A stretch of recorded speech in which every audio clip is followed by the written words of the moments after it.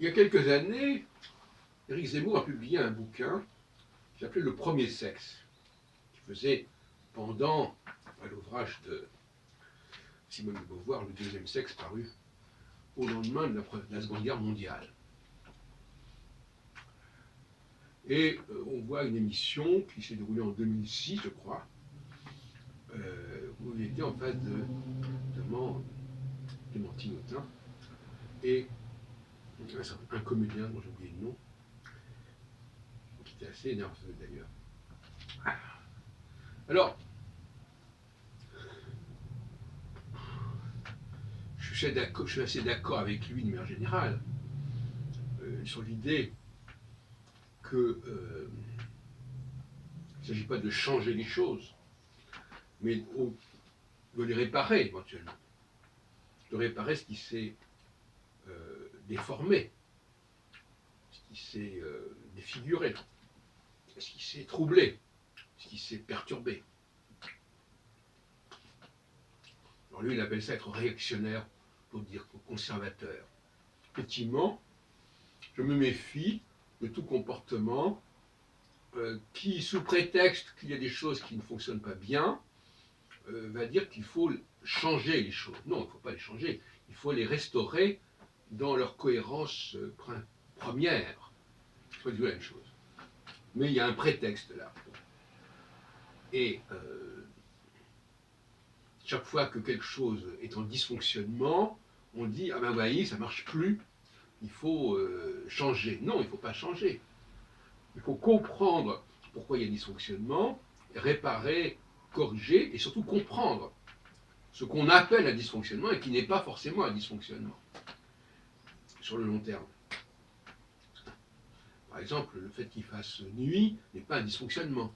Le fait qu'il y ait de l'hiver n'est pas un dysfonctionnement. Ça n'est un dysfonctionnement que pour quelqu'un qui ne comprendrait pas le processus cyclique. Tout est là. Et par conséquent, ce qui me gêne dans le débat auquel j'ai assisté, c'est que on ne décrit pas clairement ce qui est le masculin et le féminin, par-delà la question de faire des enfants ou des choses comme ça. Et je crois que ce n'est pas très sérieux, pour deux raisons. Premièrement, parce que, effectivement, l'enfant, et j'ai insisté sur le côté visuel chez l'enfant, l'enfant voit bien qu'il a un père et une mère et que ce n'est pas la même chose. Et donc, si on commence à lui dire ah oui, mais oui, c'est vrai, c'est pas la même chose, mais en fin de compte, c'est la même chose, ça va le perturber. Ça va le faire perdre conscience, ça va le faire perdre pied, tout simplement, dans la compréhension des choses. On dit ah, ne te fie pas à ce que tu perçois, à ce que tu perçois, il faut voir les choses autrement, à un autre niveau. Voilà. C'est pas très bon pour l'enfant. Et puis, deuxièmement, il faut bien comprendre qu'il y a aussi une leçon de l'histoire, hein, qui fait que on voit bien que les femmes sont plus douées pour être autour d'un centre qu'au centre. Hein. C'est pour ça, parce que la postérité, elle retient surtout les noms des gens qui sont au centre. Donc elles ne sont pas au centre. Est-ce qu'on peut changer cela? Non, certainement pas.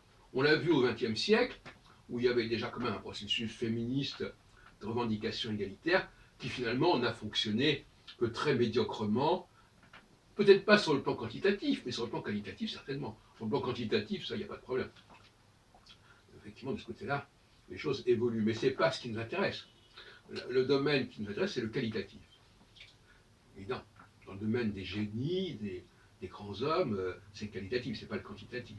Qu'il y ait plus de femmes dans telle et telle profession, ça ne résout pas, ça n'est pas la quantité de femmes qui est plus nombreuse dans cette profession qui fera qu'au niveau de qualitatif, il y aura plus de femmes brillantes dans cette profession, à un niveau supérieur, j'entends, au niveau d'excellence, au niveau de ce qui est marquant et de ce qui fait qu'on a une centralité ou pas.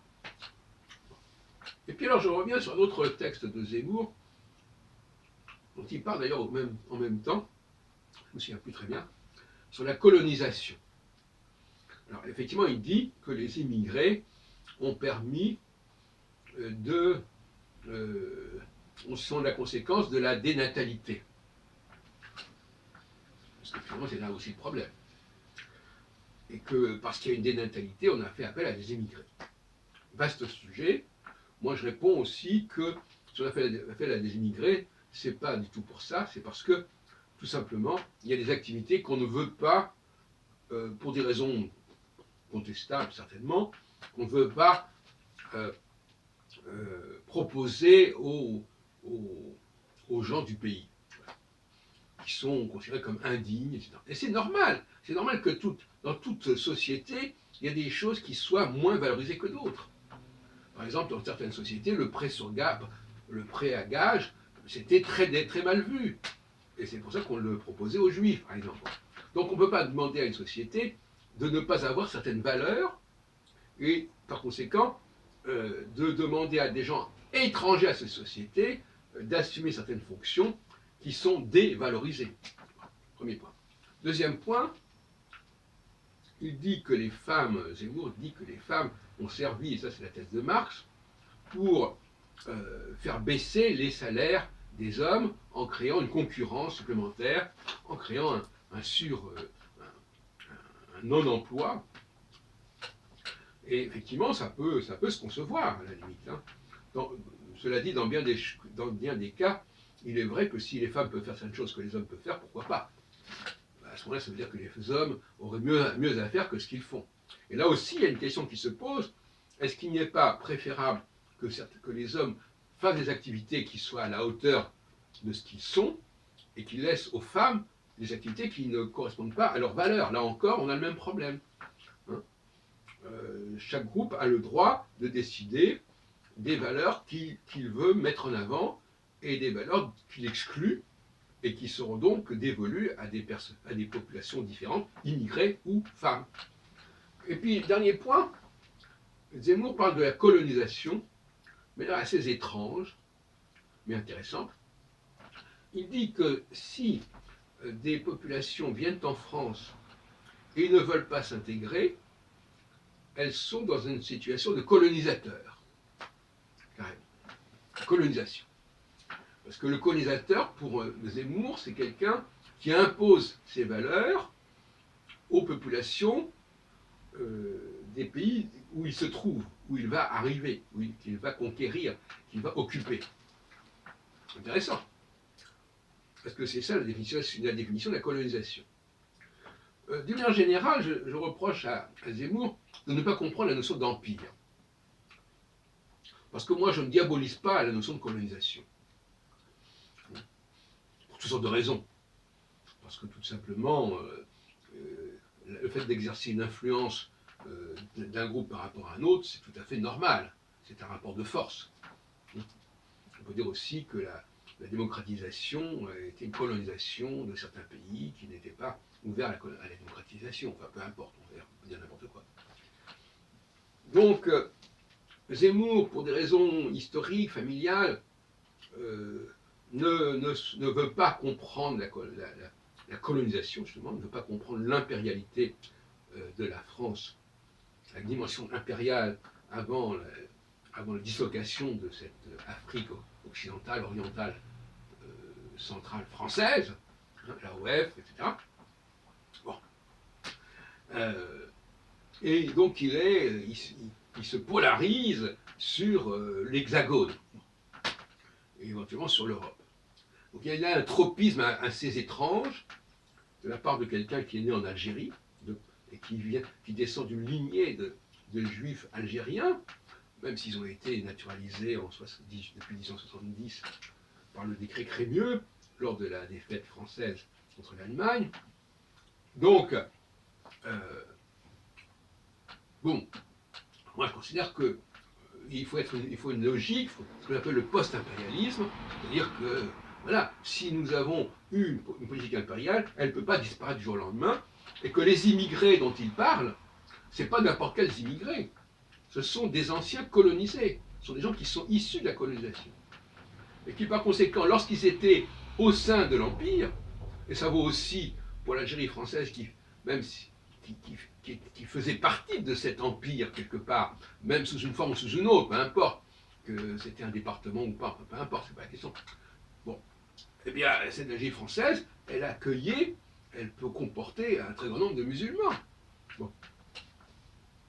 Alors, est-ce qu'ils étaient immigrés, ces musulmans, en France, en Algérie?